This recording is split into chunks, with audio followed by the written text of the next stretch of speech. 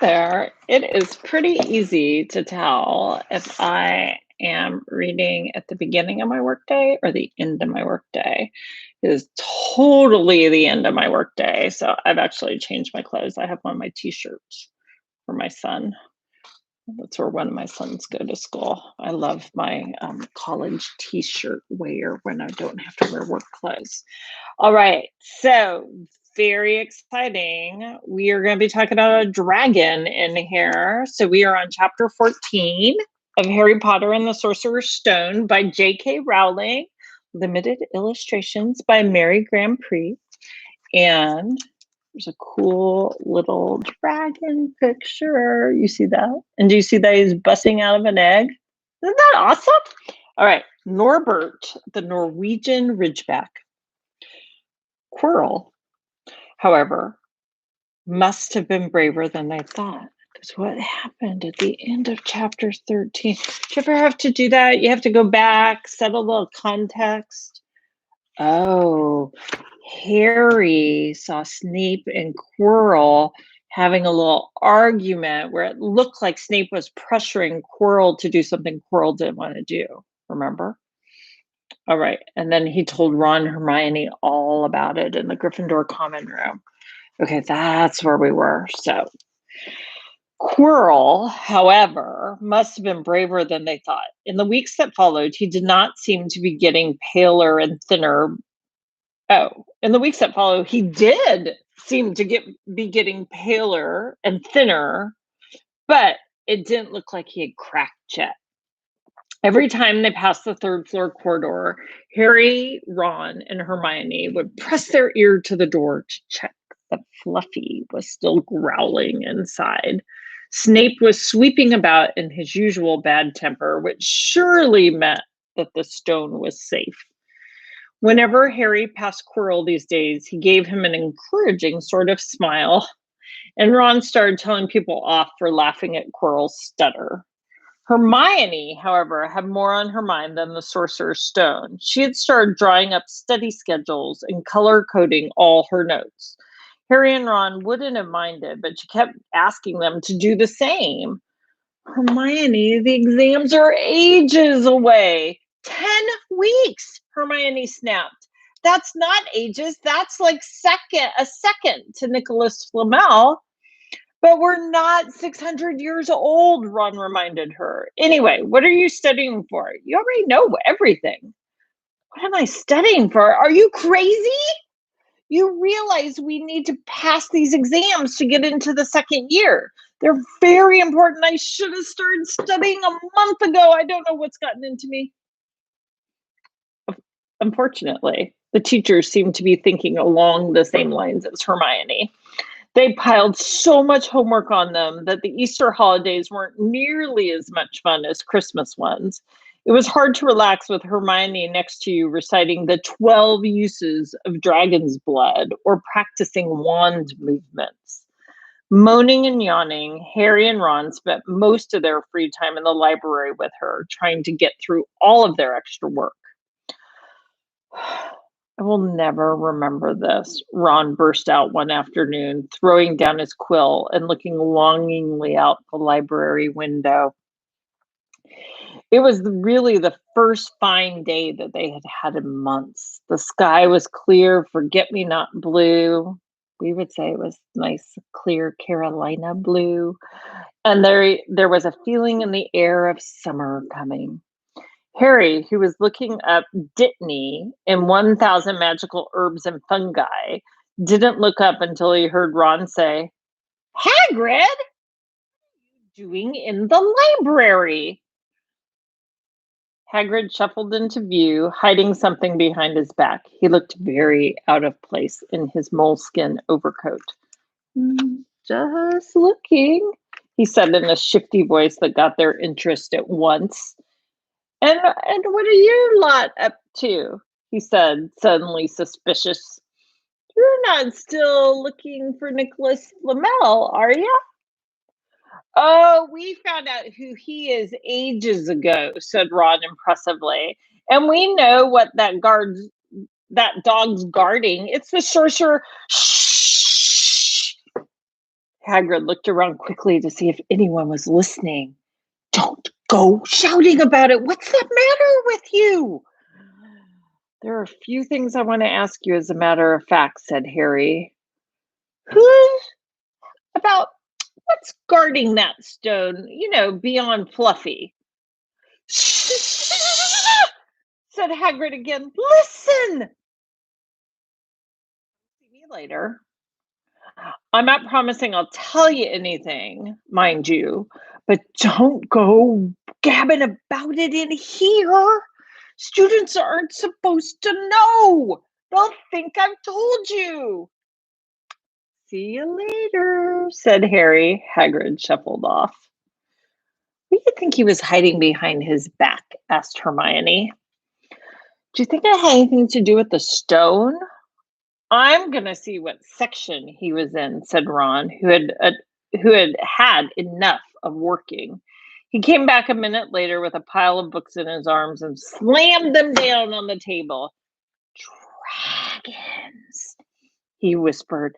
Hagrid is looking up stuff about dragons. Look at these. Dragon species of Great Britain and Ireland from egg to inferno. A dragon keeper's guide. Hagrid's always wanted a dragon. He told me so the first time I ever met him, said Harry. But it's against our laws, said Ron. Dragon breeding was outlawed by the Warlocks Convention of 1709. Everyone knows that. It's hard to keep muggles from noticing if we're keeping dragons in our backyards. You can't tame dragons. It's dangerous. You should see the burns that Charlie's got off wild ones in Romania. But there aren't wild dragons in Britain? Asked Harry. Well, of course there are, said Ron. Common Welsh green and Hebdrian blacks. The Ministry of Magic has a job hushing them up, I tell you. Our kind have to keep putting spells on muggles who spotted them to make them forget. So what on earth is Hagrid up to, said Hermione. When they knocked on the door of the groundskeeper's hut an hour later, they were surprised to see that all the curtains were closed. Hagrid called, "Who is it?" before he let them in, and then shut the door quickly behind them. It was stifling hot inside. Even though it was a warm day, there was a blazing fire in the grate. Hagrid made them tea and offered them stoat sandwiches, which they referred. Speak more slowly. Stoat sandwiches, which they refused. So you wanted to ask me something? Yes, said Harry. There was no point of beating around the bush. We were wondering if you could tell us what's guarding the Sorcerer's Stone apart from Fluffy. Hagrid frowned at him.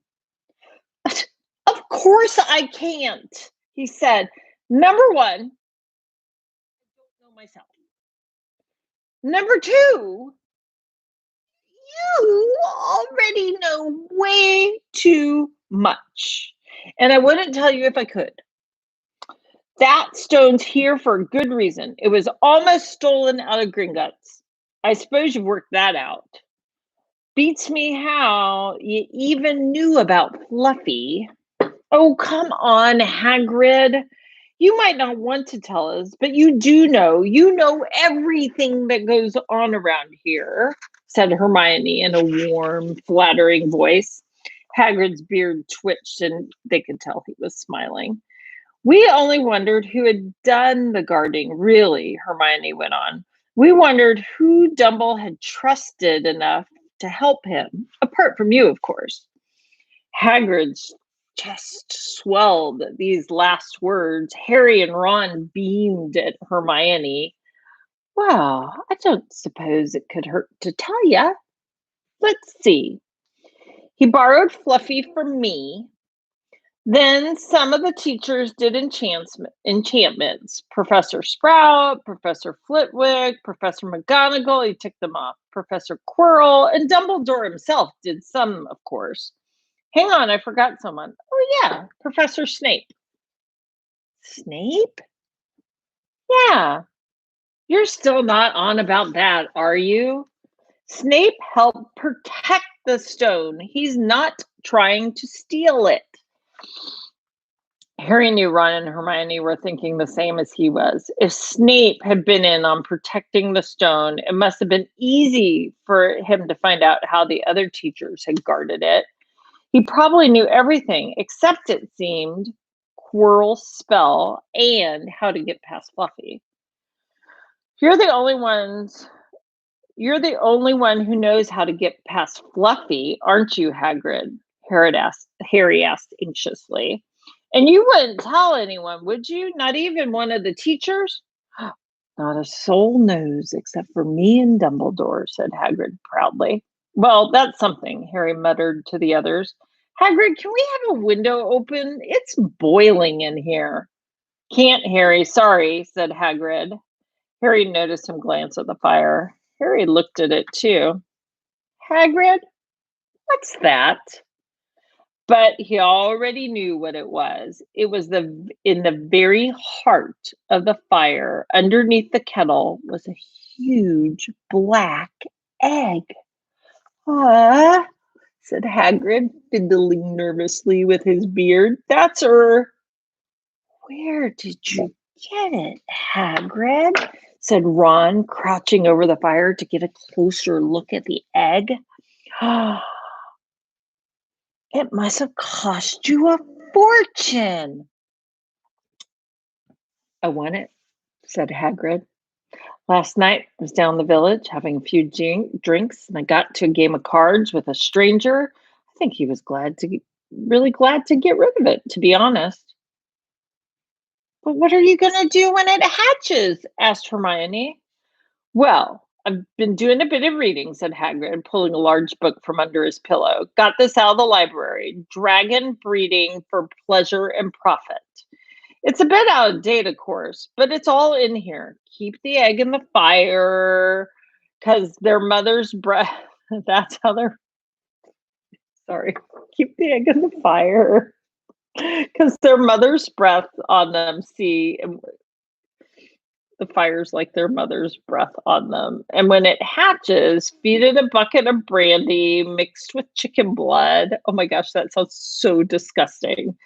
Every half hour. And see here how to recognize different eggs. I've got a Norwegian Ridgeback. They're rare, them. He looked very pleased with himself, but Hermione did not. Hagrid, you live in a wooden house, she said. But Hagrid wasn't listening. He was humming merrily as he stoked the fire. So now they had something else to worry about. What might happen to Hagrid if anyone found out he was hiding an illegal dragon in his hut? Wonder what it's like to have a peaceful life, said Ron that evening as they struggled through all their extra homework. Hermione had now started making study schedules for Harry and Ron, too. It was driving them nuts. Then one breakfast time, Hedwig brought Harry another note from Hagrid. He had written only 2 words. It's hatching. Ron wanted to skip herbology and go straight down to the hut. Hermione would not hear of it. Hermione, how many times in our lives are we going to get to see a dragon hatching? We've got lessons. We will get in trouble, and there's nothing to what Hagrid's going to be in and that's nothing compared to what Hagrid's going to be in when someone finds out what he's doing. Oh, shut up, Harry said. Malfoy was only a few feet away, and he stopped dead to listen. Oh, how much had he heard? Harry didn't like the look on Malfoy's face at all. Ron and Hermione argued all the way to herbology, and in the end, Hermione agreed to run down to Hagrid's with the other 2 during the morning break. When the bell sounded from the castle at the end of their lessons, the 3 of them dropped their trowels at once and hurried through the grounds to the edge of the forest. Hagrid greeted them, looking flushed and excited. It's nearly out, he said, ushering them inside. The egg was lying on the table. There were deep cracks in it. Something was moving inside. A funny clicking noise was coming from it. They all drew their chairs up to the table and watched with bated breath. All at once, there was a scraping noise, and the egg split open. The baby dragon flopped onto the table. It wasn't exactly pretty. Harry thought it looked like a crumpled black umbrella. Its spiny wings were huge compared to its skinny jet body.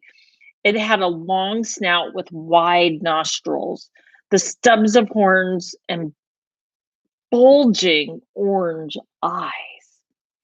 It sneezed. It sneezed, and a couple of fire sparks flew out of its snout. I'm going to have to drink water. Sorry.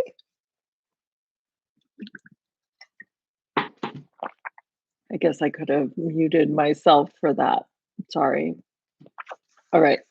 So it sneezed and fire sparks flew out of its nose. Can you imagine this little wrinkled black thing? It's spewing fire from its nose.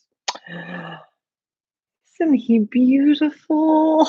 Hagrid murmured. He reached out a hand to stroke the dragon's head. It snapped at his fingers, showing pointed fangs. Bless him. He knows his mommy, said Hagrid. Hagrid, said Hermione. How fast do Norwegian ridgebacks grow exactly? Hagrid was about to answer when the color suddenly drained from his face. He leapt to his feet and ran to the window. What's the matter? Someone was looking through the gap in the curtains. It's a kid. He's running back up to the school. Harry bolted to the door to see who it was, but even at a distance, there was no mistaking him. Malfoy had seen the dragon. Something about the smile lurking on Malfoy's face during the next week made Harry, Ron, and Hermione very nervous. They spent most of their free time in Hagrid's darkened hut, trying to reason with him. Just let him go, Harry urged. Set him free. Can't, said Hagrid. He's too little. He'd die. They looked at the dragon. It had grown 3 times its length in just a week. Smoke kept furling out of its nostrils. Hagrid hadn't been doing his gamekeeping duties because the dragon was keeping him so busy.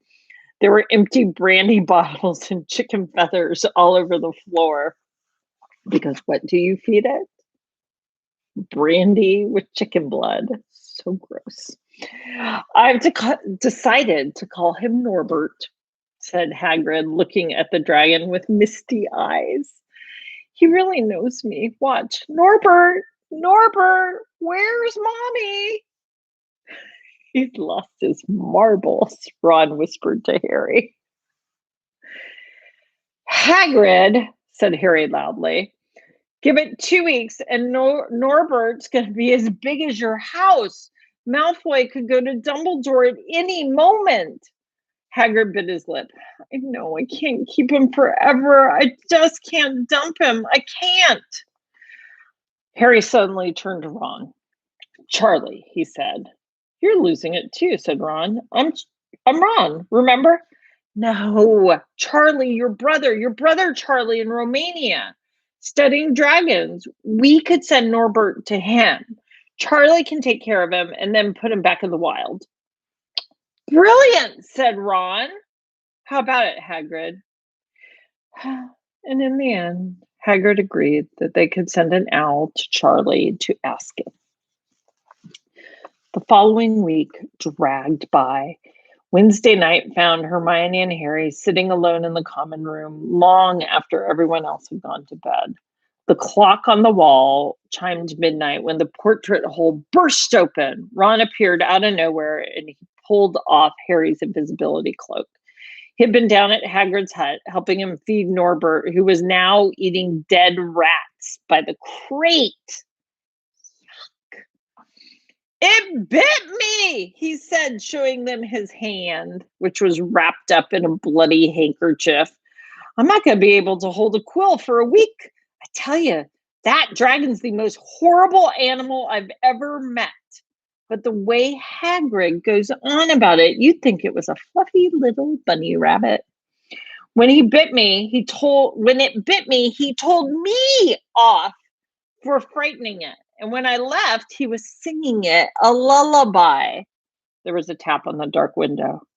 "It's Hedwig," said Harry, hurrying to let her back in. "She'll have Charlie's answer." The three of them put their heads together and read the note. "Dear Ron, how are you? Thanks for the letter. I'd be glad to take the Norwegian Ridgeback. It won't be easy getting him here. I think the best thing will be to send him over with some friends of mine who are coming to visit next week. Trouble is, they mustn't be seen carrying an illegal dragon. Could you get the Ridgeback up the tallest tower at midnight on Saturday? Can you get the Ridgeback up the tallest tower at midnight on Saturday? They can meet you there and take him away while it's still dark. Send me your answer as soon as possible. Love, Charlie." They looked at one another. "We've got an invisibility cloak," said Harry. "It shouldn't be too difficult. I think the cloak's big enough to cover two of us and Norbert." It was a mark of how bad the last week had been that the other two agreed with him. Get anything to get rid of Norbert and Malfoy. There was a hitch. By the next morning, Ron's bitten hand had swollen to twice its usual size. He didn't know whether it was safe to go to Madame Pomfrey. Would she recognize a dragon bite? By the afternoon, though, he had no choice. The cut had turned a nasty shade of green. It looked like Norbert's fangs were poisonous. Harry and Hermione rushed up to the hospital wing at the end of the day to find Ron in a terrible state in bed. "It's not just my hand," he whispered. "It feels as though it's about to fall off." Malfoy told Madame Pomfrey he wanted to borrow one of my books so he could come and have a good laugh at me. He kept threatening to tell her what really bit me. I've told her it was a dog, but I don't think she believes me. I shouldn't have hit him in the Quidditch match. That's why he's doing this. Harry and Hermione tried to calm Ron down. "It'll be midnight. It'll all be over on midnight Saturday," said Hermione, but that didn't soothe Ron at all. On the contrary, he sat bolt upright and broke into a sweat. "Midnight Saturday," he said in a hoarse voice. "Oh no, I remembered. Charlie's letter was in the book Malfoy took. Now he's going to know we're getting rid of Norbert." Harry and Hermione didn't get a chance to answer. Madame Pomfrey came over at that moment and made them leave, saying that Ron needed to go to sleep. "Well, it's too late to change the plan now," Harry said to Hermione. "We haven't got time to send Charlie another owl, and this could be our only chance to get rid of Norbert. We'll just have to risk it. And we have the invisibility cloak. Malfoy doesn't know about that." They found Fang the boarhound sitting outside with a bandaged tail when they went to tell Hagrid, who opened a window to talk to them. "Can't let you in," he puffed. "Norbert's at a tricky stage. Nothing I can't handle." When they told him about Charlie's letter, his eyes filled with tears, although that might have been because Norbert had just bitten him on the leg. "Arr!" "It's all right. It's all right. You only got my boot. Just playing. He's only a baby after all." The baby banged its tail on the wall, making the windows rattle. Harry and Hermione walked back to the castle, feeling Saturday could not come quickly enough. They would have felt sorry for Hagrid when the time came for him to say goodbye to Norbert if they hadn't been so worried about what they had to do. It was a very dark, cloudy night, and they were a bit late arriving at Hagrid's hut because they had to wait for Peeves to get out of their way in the entrance hall, where he had been playing tennis against the wall. Hagrid had Norbert packed and ready in a large crate. "He's got lots of rats and some brandy for the journey," said Hagrid in a muffled voice. "And I've packed his teddy bear in case he gets lonely." From inside the crate came ripping noises that sounded to Harry as though the teddy bear was having its head torn off. "Bye-bye, Norbert!" Hagrid sobbed as Harry and Hermione covered the crate with the invisibility cloak and stepped underneath it themselves. Mommy will never forget you. How they managed to get the crate back up to the castle, they never knew. Midnight ticked nearer as they heaved Norbert up the marble staircase at the entrance hall and along the dark corridors. Up another staircase, then another. Even one of Harry's shortcuts didn't make the work much easier. Nearly there, Harry panted as they reached the corridor beneath the tallest tower. Then a sudden movement in front of them made them almost drop the crate. Forgetting that they were already invisible, they shrank into the shadows, staring at the dark outlines of two people grappling with each other 10 feet away. A lamp flared. Professor McGonagall, in a tartan bathrobe and hairnet, had Malfoy by the ear. Detention! She shouted with 20 points from Slytherin. Wandering around in the middle of the night, how dare you? You don't understand. Professor Harry Potter's coming. He's got a dragon. What? Rubbish. How dare you tell such lies? Come on. We shall see Professor Snape about this, Malfoy. The steep spiral staircase up to the top of the tower seemed the easiest thing in the world after that. Not until they stepped out into the cold night air did they throw off the cloak, glad to be able to breathe properly again. Hermione did a sort of jig. Malfoy's got detention. I could sing. Don't, Harry advised her. Chuckling about Malfoy, they waited. Norbert thrashed about in his crate. About 10 minutes later, four broomsticks came swooping down out of the darkness. Charlie's friends were a cheery lot. They showed Harry and Hermione the harness they'd rigged up so they could suspend Norbert between them. They all helped buckle Norbert safely into it, and then Harry and Hermione shook hands with the others and thanked them very much. At last, Norbert was gone. They slipped back down the spiral staircase, their hearts as light as their hands. Now that Norbert was off them, no more dragon. Malfoy was in detention. What could spoil their happiness? The answer to that was waiting at the foot of the stairs. As they stepped into the corridor, Filch's face loomed suddenly out of the darkness. Well, he whispered. We are in trouble. They had left the invisibility cloak on top of the tower. That end. All right. So the next chapter is the Forbidden Forest. And I think that chapter, if I remember, is going to be just a little bit scary. So you might want to have somebody sitting with you while you listen to it. And it's pretty long, so we might have to read it in 2 parts. Or have a stuffed animal with you. And I'll try to smooth over the scary parts because we might not want it to be too scary. So, chapter 15. No, we just finished chapter 14. Chapter 15 is coming up on the Forbidden Forest. You have a great rest of your day.